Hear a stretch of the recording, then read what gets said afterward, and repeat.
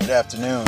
Just wanted to share something that was on my mind, and I've been thinking about the power of women. The Creator has given us, mankind, women. And women are the creator of civilization. Now, the power of a woman is very, very profound. First of all, when we look at the biological aspects of a woman, the chromosome match for a woman is two X's. The chromosomal match for a male is XY. The differential concept that shows what's a woman or what's a male is determined by the final factor being the X or the Y. If it's an XY, it's going to be a boy. If it's an XX, it's going to be a girl. So chromosomally, there's 23 pairs for the male, 23 pairs for the female. If we understand that correctly, physiologically, if we look at the point of making an X from the center going to northeast, then going northwest, and then we're going southeast, then we're going southwest, from the center is 25% for each extension from the center to make an X. So that makes up a total of 100%. But if we look at the conceptual makeup of the chromosomal match of a male, it's X and Y, we can see the X for the first part is similar to the X for the woman, but the second is a Y.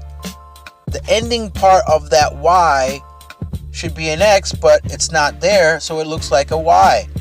That shows there's a deficiency in the male, and it shows the differentiation within the sex. So now we have a male and a woman. So genetically, women are superior than men, 100%. Men fall off because of that determining factor in the chromosome. So therefore, we're about 74 to 75% capacity of efficiency compared to women.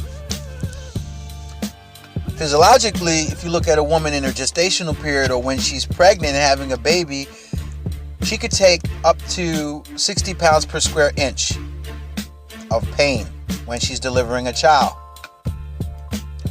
Also within that equates to about 20 to 22 bones being broken in her body per second, as 60 pounds per square inch, or what they say psi, would equal to, excuse me for the pronunciation.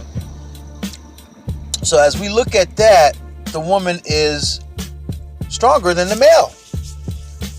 If we look at the hormonal makeup of a woman has something of a hormone called oxytocin. Oxytocin helps in the production of lactose within her breast to feed the child. But oxytocin is another neurotransmitter which helps the stimulation of the contraction of the uterus, which allows the woman to push the baby out of her womb.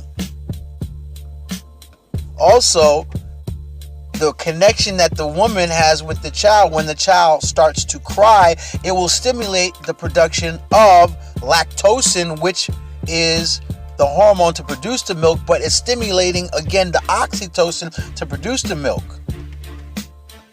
So it's a very fine connection and a continuation of the beauty of a female, or the power of a female that the Creator has given us, or mankind. Next, you have something that's called the Bartholin's gland within a female, which are two pea-pod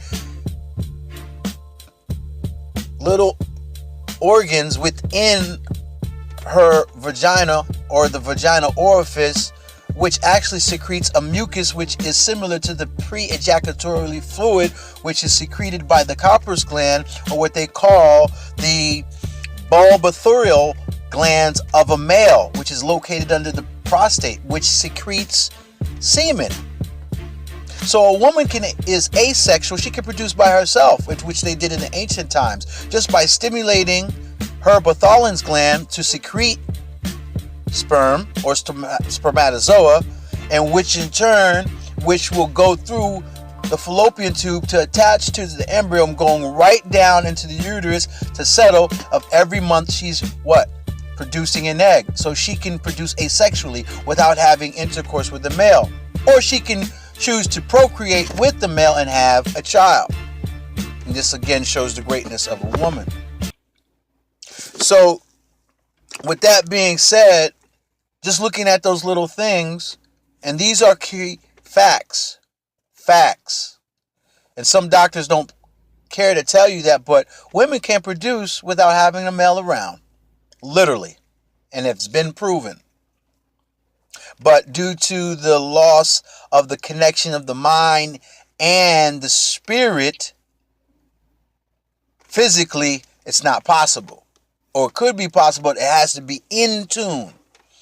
And we had that loss of connection through the woman. And lastly, a woman has a longer lifespan. Why? A woman continues to grow. She grows, and she'll not stop growing until she's dead. The last thing is to said for someone to die, or their last sense is their hearing.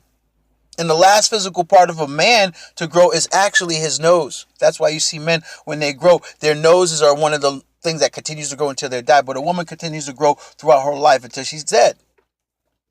And that's why women have a longer lifespan, because they are 100% efficient.